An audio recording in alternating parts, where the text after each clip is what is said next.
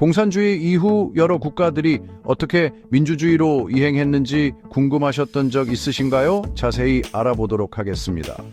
공산주의의 붕괴는 전 세계적으로 큰 변화를 가져왔습니다. 많은 나라들이 새로운 정치 체제를 모색하며 민주주의로의 전환을 시도했습니다. 이 과정은 각국의 역사적, 문화적 배경에 따라 다르게 전개되었습니다. 공산주의 몰락 이후 각국은 민주주의로 가는 다양한 길을 걸었습니다. 어떤 나라는 평화로운 방법으로, 또 어떤 나라는 격렬한 투쟁을 통해 민주주의를 쟁취했습니다. 이 과정에서 많은 사람들이 희생되었고 그들의 노력 덕분에 오늘날의 민주주의가 가능해졌습니다. 1989년 베를린 장벽 붕괴는 동유럽의 급속한 민주화를 촉발했습니다. 독일의 통일은 동유럽 전역에 큰 영향을 미쳤고 많은 나라들이 독일의 예를 따르기 시작했습니다. 이 시기는 동유럽의 정치적 지형을 완전히 바꾸어 놓았습니다. 폴란드에서는 레흐 바웬사가 이끈 자유노조 운동이 1990년 그의 대통령 당선으로 결실을 맺었습니다. 이 운동은 폴란드뿐만 아니라 다른 동유럽 국가들에게도 큰 영감을 주었고 민주화 운동의 상징이 되었습니다. 체코슬로바키아는 벨벳 혁명을 통해 평화적으로 정권 교체를 이루었고 이후 체코와 슬로바키아로 분리되었습니다. 이 과정은 비교적 평화롭게 진행되었으며 두 나라는 각각 독립된 민주국가로 성장해 나갔습니다. 발트 3국인 에스토니아, 라트비아, 리투아니아는 독립을 선언하고 민주정부를 수립하여 유럽연합과 북대서양 조약기구에 가입했습니다.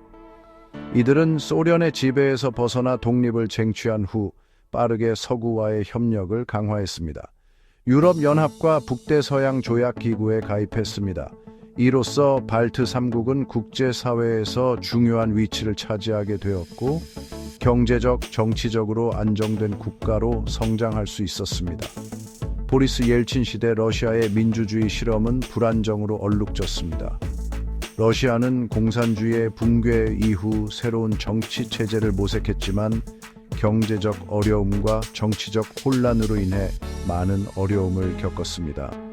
블라디미르 푸틴 집권 이후 러시아는 다시 중앙 집권 체제로 회귀했습니다.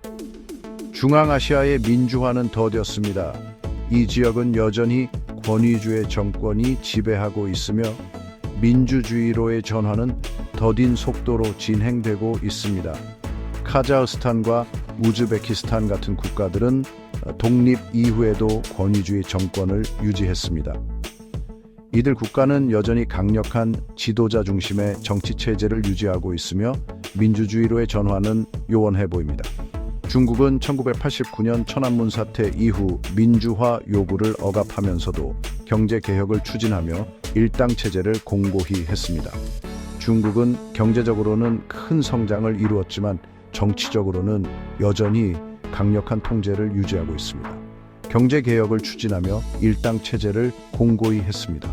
중국의 경제 성장은 세계적으로 주목받고 있지만 정치적 자유는 여전히 제한적입니다. 결론적으로 동유럽은 빠른 민주화를 경험한 반면 러시아와 중앙아시아는 권위주의로 기울었고 중국은 경제 변화에도 불구하고 정치적 통제를 유지했습니다. 각 지역의 여정은 정치, 사회, 경제적 환경에 따라 고유하게 형성되었습니다.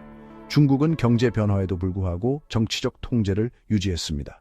각국의 민주화 여정은 그들의 역사적 배경과 사회적 조건에 따라 다르게 전개되었습니다. 각 지역의 여정은 정치, 사회, 경제적 환경에 따라 고유하게 형성되었습니다.